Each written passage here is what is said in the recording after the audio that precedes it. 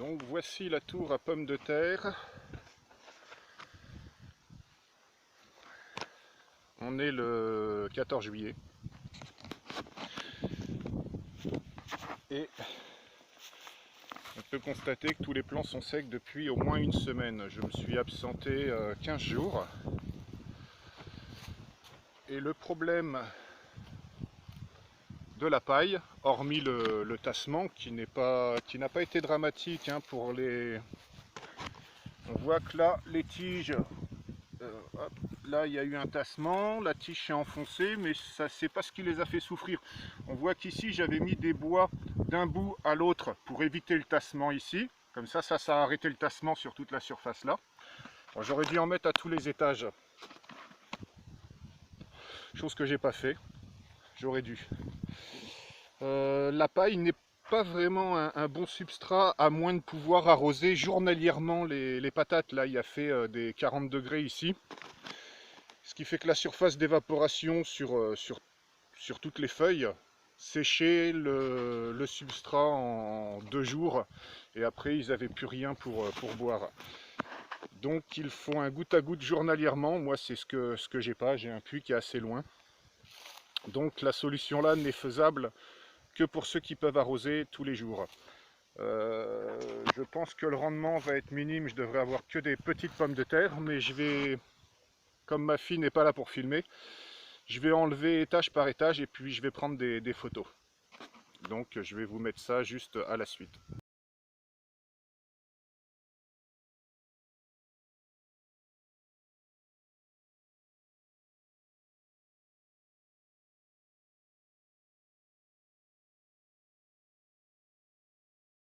Bien, donc là je reprends la vidéo à part les photos parce que j'observe une chose. Je vous rappelle que j'avais fait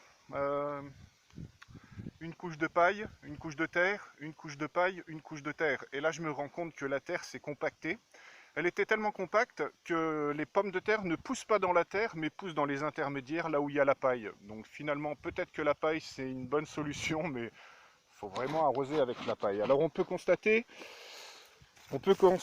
que j'ai vraiment de la petite pomme de terre.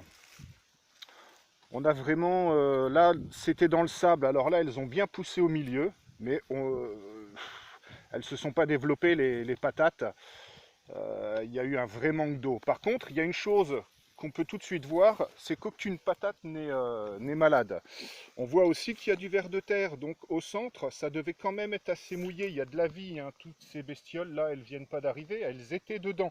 Alors si ça là, ces espèces de petits... on va les retrouver, voilà. Si ça c'était au centre... Est-ce qu'on voit bien cette bestiole? Oui, là, on la voit qui court.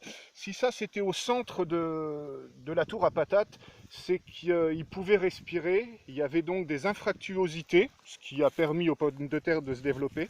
Donc il y a pas mal d'insectes au centre, ce qui veut dire qu'il n'y avait pas beaucoup d'humidité. C'était en permanence non mouillé. Les vers de terre, on voit qu'ils sont que au centre aussi.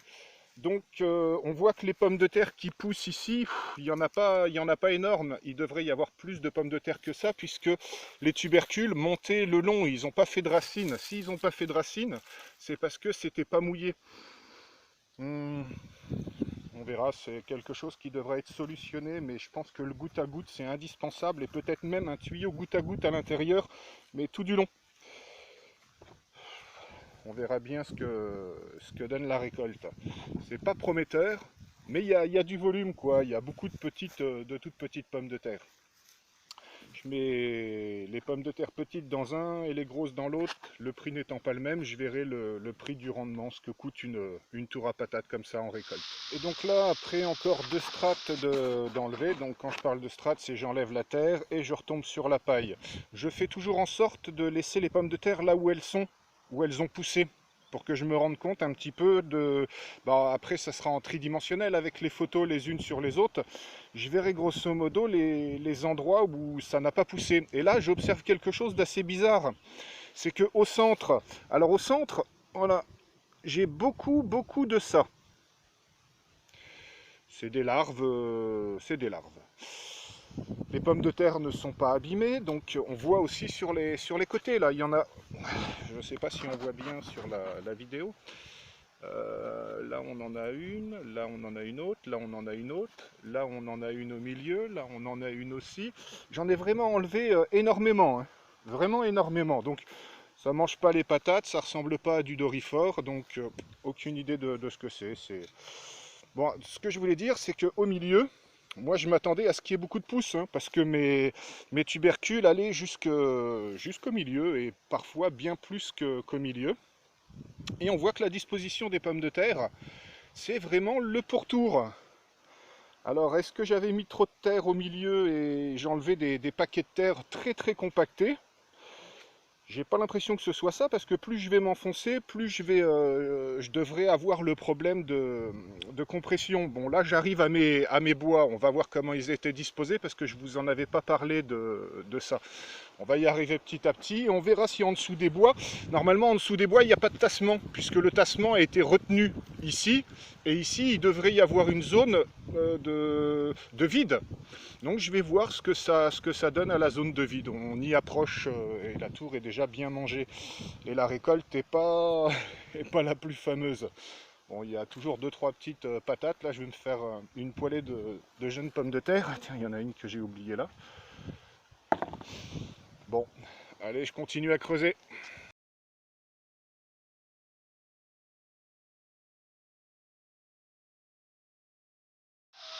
Et donc là, dans cette troisième petite vidéo, donc j'arrive, ouais, c'est là qu'il faut que je filme, j'arrive à mes bois, j'obtiens encore des pommes de terre en périphérie.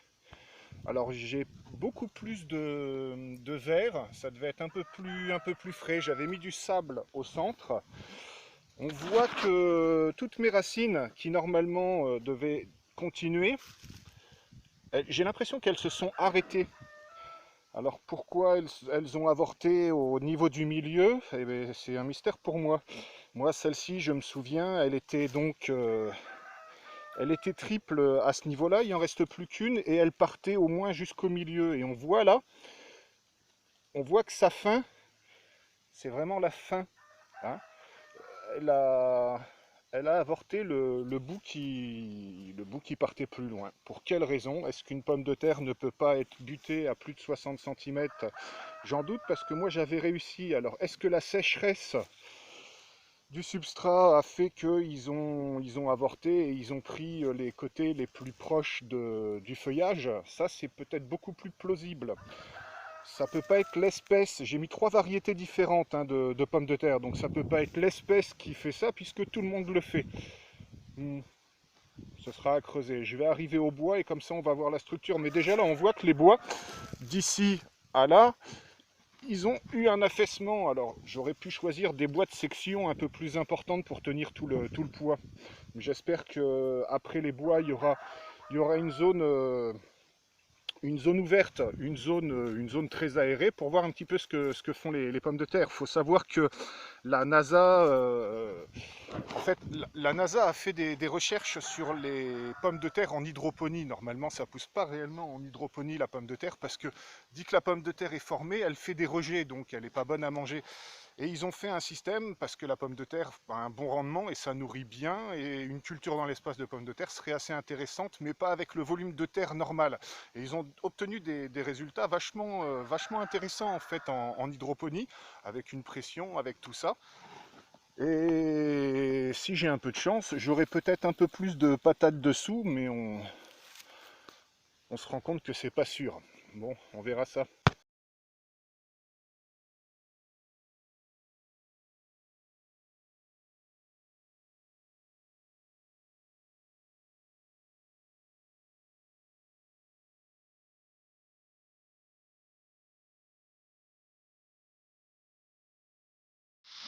Et une fois de plus, on n'a jamais ce qu'on attend, mais ça c'est aussi de ma faute, hein. L'arrosage aurait dû être beaucoup plus important. Alors là on voit donc, ça c'est la hauteur de mes bâtons, on voit un affaissement, on voit que celui-ci a complètement cassé, il a échappé du bord là. Hein, on voit que la pression a poussé, quoi. On voit qu'ils sont tous courbés, mais ça c'était normal. La section n'était peut-être pas assez bonne. Et ici donc la paille ne touchait pas là. Et d'ailleurs on le voit très bien, c'est que la paille, contrairement à celle-ci, qui quand elle est mouillée et qu'elle est mélangée avec un peu de terre, elle pourrit, elle noircit, pourrit, les vers font leur office et les champignons avec. Mais celle-ci on voit qu'elle est jaune. Elle est jaune, elle n'a jamais touché les autres, la surface de l'autre, donc on voit qu'il n'y a pas les pommes de terre attendues, mais on voit aussi une chose, c'est qu'elle n'a jamais été mouillée puisqu'elle n'est pas pourrie. Donc quand j'arrosais, ça l'a mouillée et elle séchait assez rapidement, et même l'humidité ambiante, il y a une humidité qui se fait quand ça chauffe, voilà, et ben ça n'a pas fait de champignons. J'ai secoué la paille, il n'y a pas de petite fumée qui sort, contrairement à mon paillage. Là, si je marche dedans, là, ça c'est plein de champignons, plein de spores. Et ben ici, pas du tout. Alors peut-être que les spores avec l'eau ont été collés à la terre, hein, ça c'est même sûr. Mais il n'y a pas eu de travail de terre de fait, donc ça j'ai laissé ça. Donc on voit qu'il n'y a aucune petite racine de fait au bout de mes tiges ici. Ici, pour eux, là on voit qu'il y avait un petit début. Je vais la tirer comme ça on la verra mieux. Il y avait un petit début de racines, mais pas assez pour aller envoyer des pommes de terre. Donc, mauvais calcul, la paille, faut peut-être mettre un peu plus de terre, éviter le dessèchement. Et sans doute mettre une bâche ou quelque chose tout autour pour éviter que la ventilation se fasse de trop et qu'il y ait un assèchement trop rapide. Bien, je vais continuer à creuser, mais là ça y est, on en est à une bonne moitié avec un fond de patate, un fond de pommes de terre et encore un plus petit fond. Mais je crois qu'il y a autant de pommes de terre là que de l'autre côté, sauf que ça elles sont un petit peu petites. Si elles avaient pu atteindre une taille correcte. Bien, donc sous les branchages, là où il n'y avait pas beaucoup de poids finalement, où la masse du dessus était retenue, on obtient quelques patates, toujours, mais vraiment toujours, sur le pourtour, et très peu vers le centre, avec là une richesse de vers de terre. J'ai encore des larves, mais elles s'enterrent assez vite, dis donc, elles sont vives. Ça fait même pas une minute là, le temps d'aller chercher le téléphone qui était posé au sol et de bouger mon tuyau d'arrosage dans ma serre parce que je suis en train de l'arroser en même temps. Alors là on remarque, elle est un peu, ouais, elle était prise. Donc là on remarque quoi? On remarque que elle, qui est un des pieds, alors je vais montrer, c'est un des pieds au deuxième étage de ma tour. Donc ça c'est un des pieds qui normalement allait jusqu'à ici, là, en croisement, qui faisait 40 cm. Et on voit qu'elle est vraiment dans la paille, tout au bord, hein, et qu'elle est, voilà, elle fait plus que 10 cm à peine. Et alors elle a fait absolument rien. Feignante. Bien, je creuse encore. Voilà, on arrive dans les dernières strates, hein. J'ai pas encore enlevé le bois là. Je trouve des pommes de terre tous les 10 cm, quoi, à chaque fois que j'enlève la terre. Bon, là je remarque une chose, j'ai réussi à y aller un peu plus doucement. Les autres étaient, bon, au-dessus, faut se souvenir d'une chose. Mes pieds de pommes de terre qui étaient au premier, quand vous regardez les images, ils étaient énormes, verts, et au-dessus c'était des petits.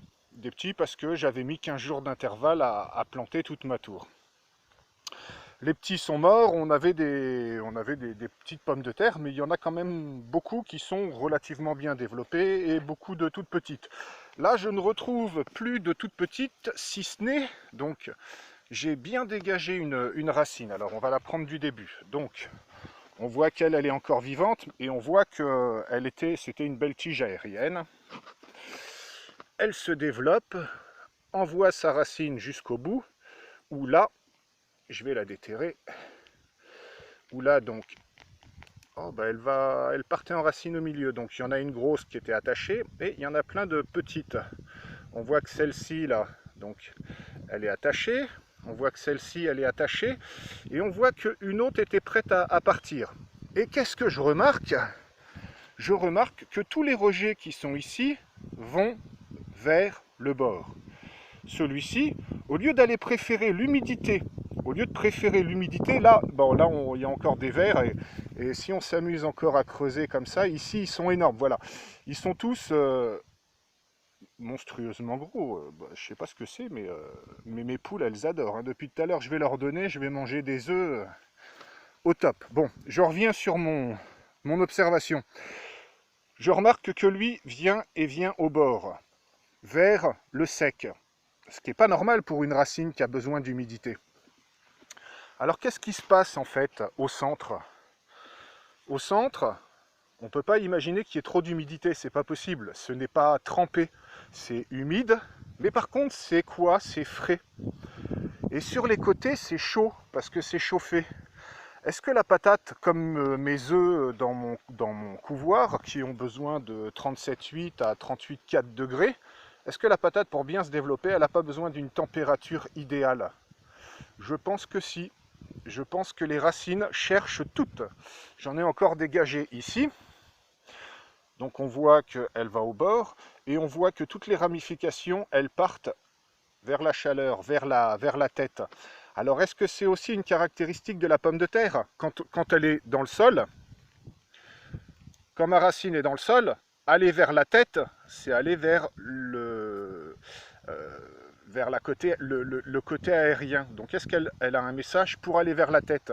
Ça m'étonnerait, parce qu'en fait le côté aérien va toujours au sens opposé de la gravitation. Vous prenez un plant de tomate, vous le couchez, le lendemain, on voit bien qu'il a courbé pour monter. En fait, ils ont des sortes, je ne sais plus si c'est astrocytes ou quelque chose, où il y a une petite, dans les cellules, il y a des petits grains magnétites qui font comme le niveau, c'est une petite molécule de ferraille qui tend à dire le sol c'est par là, et elle pousse à l'opposé de cette petite magnétite.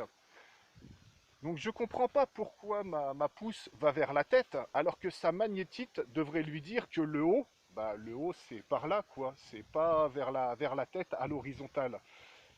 Il y a quelque chose que je comprends pas là, mais je devrais creuser. C'est d'ailleurs ce que je vais encore faire, il me reste à creuser. Bien, et c'est la première pomme de terre. Ici, que je retrouve dans mon milieu. C'est là où il y avait le plus de pression, parce qu'on est vers le bas. J'ai un hanneton là qui vient de me rentrer dedans. Je vais vous montrer ce que je m'amuse à faire depuis tout à l'heure. Alors, ces espèces de bestioles. Il y en a une autre qui s'est enfoncée là, et il devait y en avoir une autre. Oh il y a encore des pommes de terre. Voilà. On retrouve aussi des pommes de terre là sur le milieu. Est-ce que j'en ai pile au milieu? Non. Et voilà. Donc est-ce qu'elles cherchaient la chaleur? Pas forcément. Est-ce que c'est la pression qui les empêche d'aller au milieu? Évidemment que non. Ah, il y en a une autre qui est là. Est-ce que les patates sont capricieuses et qu'elles font tout anarchiquement? Elles sont absolument pas civilisées, ces patates. Hein. Bien, je vais vous montrer ce que je fais moi depuis tout à l'heure. Alors elle reste à côté de ma piscine depuis tout à l'heure. Et elle m'observe parce que voilà ce qui... Et je peux vous dire qu'elle laisse personne s'approcher. Le coq, pourtant, c'est un coq marrant. En fait, il raconte pas de blagues, il a rien de marrant ce coq. Et je peux vous dire que la poule ne laisse s'approcher personne. Et maintenant, elle va faire la sentinelle juste à côté, jusqu'à ce que je revienne lui emmener quelque chose. Bon, je vais récolter encore cette surface-là. Bon, il faut dire que la panière se remplit, je ne sais même pas combien il y a de kilos là, mais c'est pas énorme. Bien que les dernières pommes de terre sont normalement les plus grosses. Celles qui devraient donner un peu plus. C'est marrant que j'en ai pas au milieu. Ah non, c'est un caillou. Non, hein, j'ai vraiment que autour du milieu, mais j'ai pas au milieu. Bon, on peut dire que là c'est grosso modo le milieu. Elles y sont allées. Il va falloir que je comprenne maintenant pourquoi les autres n'y sont pas. En ramassant les pommes de terre, je me suis aperçu d'une chose. Je vous avais parlé que j'avais utilisé du substrat. Je regarde parce que ça fait 2 fois que je refais la vidéo là. J'ai mis mon doigt derrière, j'ai tout éteint. Donc je vous avais parlé que j'avais mis du substrat de farine de paille, ce qui me servait à faire des champignons, des pleurotes roses. Alors moi j'utilise la pleurote rose parce qu'elle pousse sur un substrat qui est la paille et elle a un rendement qui est assez énorme puisque pour 100 kg de substrat sec, donc de paille sèche ou de farine de paille sèche, on obtient 150 kg de champignons. Le champignon ne fait pas de photosynthèse, donc il ne peut pas faire plus de matière qu'il n'y a de matière dans le substrat. Il faut comprendre que 100 kg de paille sèche, quand on la mouille, ça fait 250 kg. Et 250 kg de paille mouillée fait 150 kg de champignons hydratés. Bien que le champignon pleurote rose ne soit pas aussi hydraté que ça, il doit être à 80% d'hydratation. Donc voilà, enfin c'est un très très bon rendement, hein, quand on voit que les autres champignons font à peine 25% du substrat. Donc j'en viens à ce que je voulais vous montrer.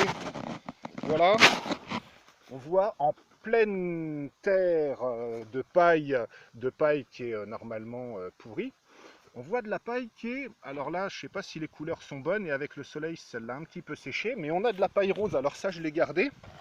Je l'ai gardé parce que voilà, ça fera un très bon réensemencement de pleurote rose. Et alors quand on le sent, c'est contrairement au substrat qui est un peu pourri, ça a une superbe odeur de champignons frais, quoi. Le substrat, quand il est pris, quand le mycélium commence à le prendre, si vous sentez le substrat de la pleurote rose, c'est un vrai parfum, quoi. Et donc je m'étais dit, parce que la pleurote rose pousse, il lui faut une moyenne de 28 degrés, 35 degrés. Et donc, dans ce caisson là, c'est à peu près ce qu'on a. Si j'avais mis que de la paille, et si j'avais arrosé suffisamment et que j'avais eu la bonne hydrométrie, il y aurait eu de la pleurote rose qui serait sortie parce que je viens de m'apercevoir que... Là, oh la vache, je viens de me faire manger par un thon.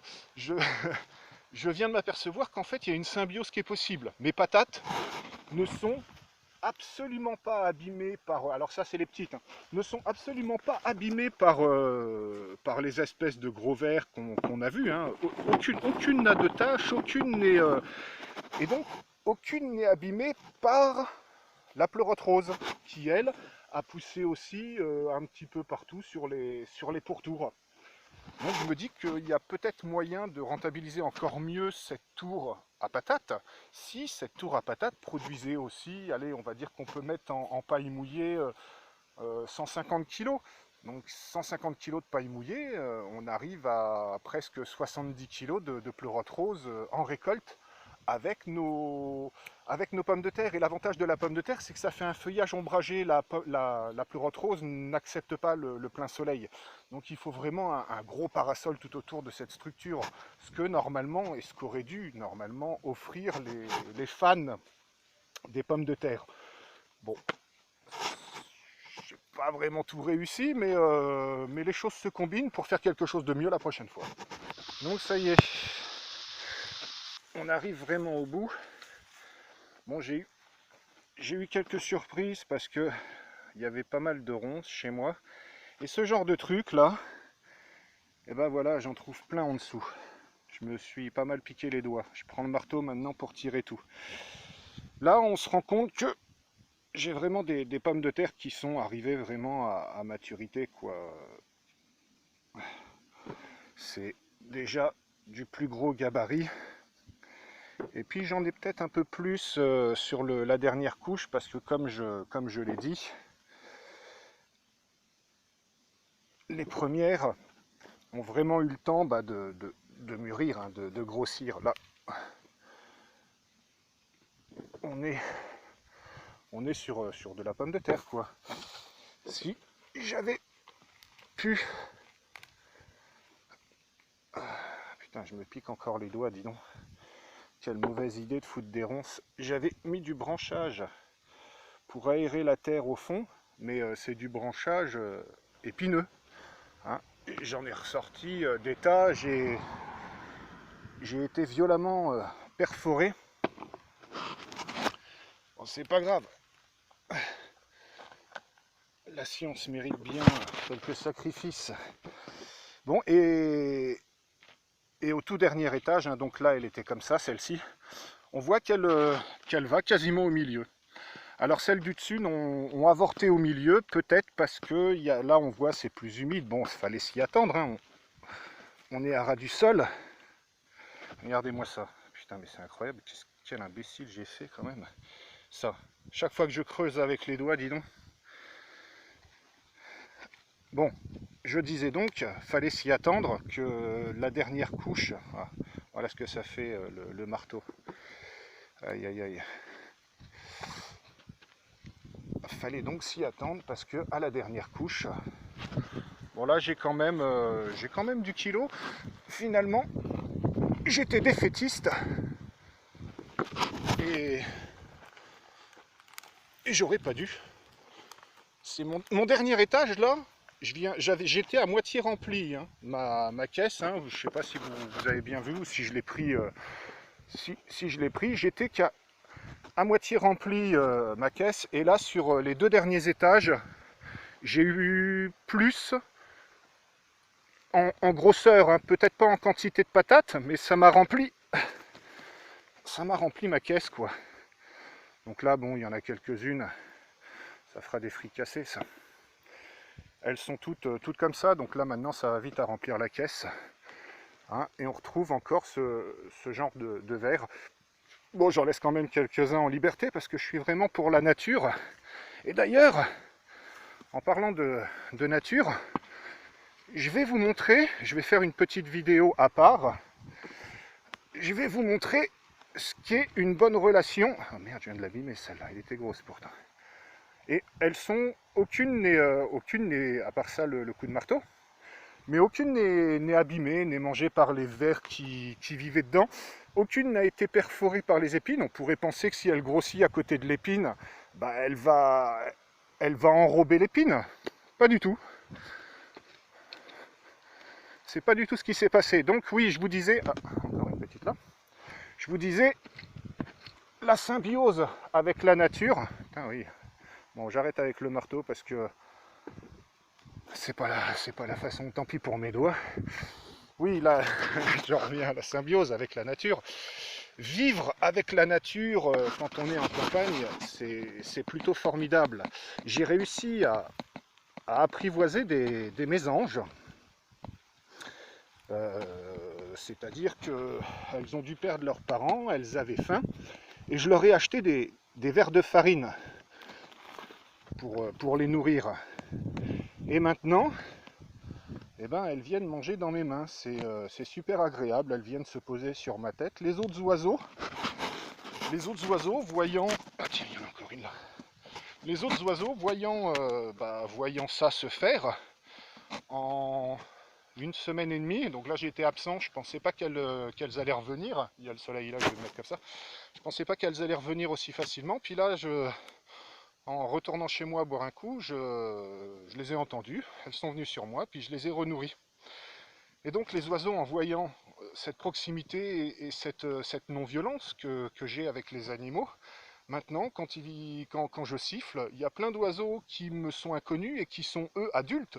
Donc ils n'ont aucune raison de venir comme ça, surtout qu'ici, on est en pleine campagne, on n'est pas en ville. Hein, les animaux ne sont pas aussi familiers, ils n'ont pas la proximité avec l'homme. Et ils viennent, sans aucune peur. Je trouve ça magnifique à vivre et je voudrais vous le faire partager dans une petite vidéo que je vais vous poster. Bon, je finis de déterrer ça. Hein, je vais peut-être en retrouver que 2-3, mais là je crois que je suis vraiment au fond. Et puis on va faire la pesée.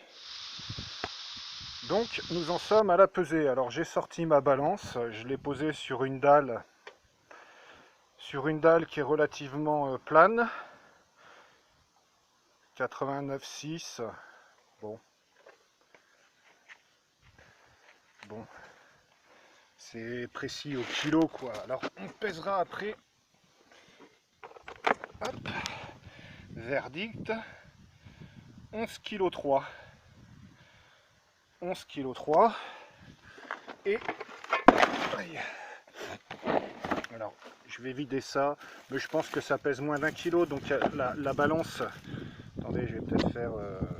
J'ai pas d'inversion de caméra. Bien, tant pis.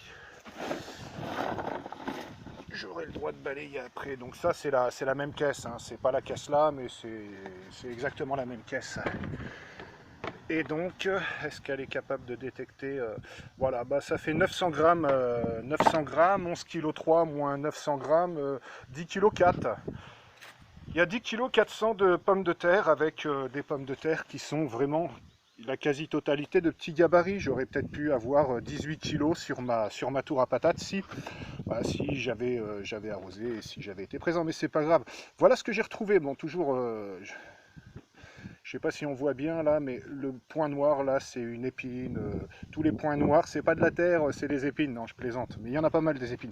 Donc j'ai continué à prendre le marteau, hein, les derniers trucs là, et j'ai eu une petite dizaine de pommes de terre en plus à ce qu'il y avait tout à l'heure. Donc bon, la tour à patates, c'est plutôt pas mal. Ce serait beaucoup mieux s'il y avait eu des champignons qui seraient poussés. Je m'attendais quand même à presque 25 kg de pommes de terre. Mais on n'a pas toujours ce qu'on veut, hein.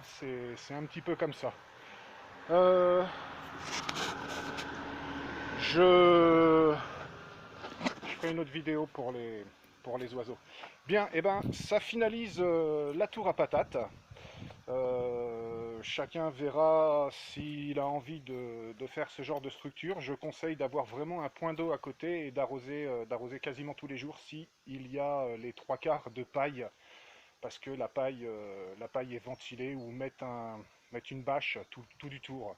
Je pense que l'année prochaine, je referai à peu près la même chose avec beaucoup plus de bâtons entre mes strates, ce qui permettra d'avoir un affaissement moins important. Je le ferai peut-être avec beaucoup plus de paille de farine de paille. Elle est plus dense que la simple paille, ce qui me permettra d'avoir mon arrosage. La farine de paille a la capacité de pomper énormément l'eau, mais vraiment énormément l'eau. Pour 1 m3 de farine de paille, on met 1 m3 d'eau. Donc 1 m3 de farine de paille pesant, c'est 800 kg. Avec 1 m3 d'eau, ça fait 1800 kg. Donc il y aura ça dans la structure. Et je vais coupler vraiment, là cette fois-ci, je m'attellerai à faire des champignons en même temps. J'ai pas eu l'occasion, là cette année, hein, j'ai un big bag de farine de paille. On va aller voir un peu à quoi ça ressemble la farine de paille. Puis là j'ai stocké la moitié d'un big bag. Donc un big bag c'est 1 tonne de farine de paille. Et là j'ai stocké, voilà quoi. J'ai stocké ça comme ça. Hein.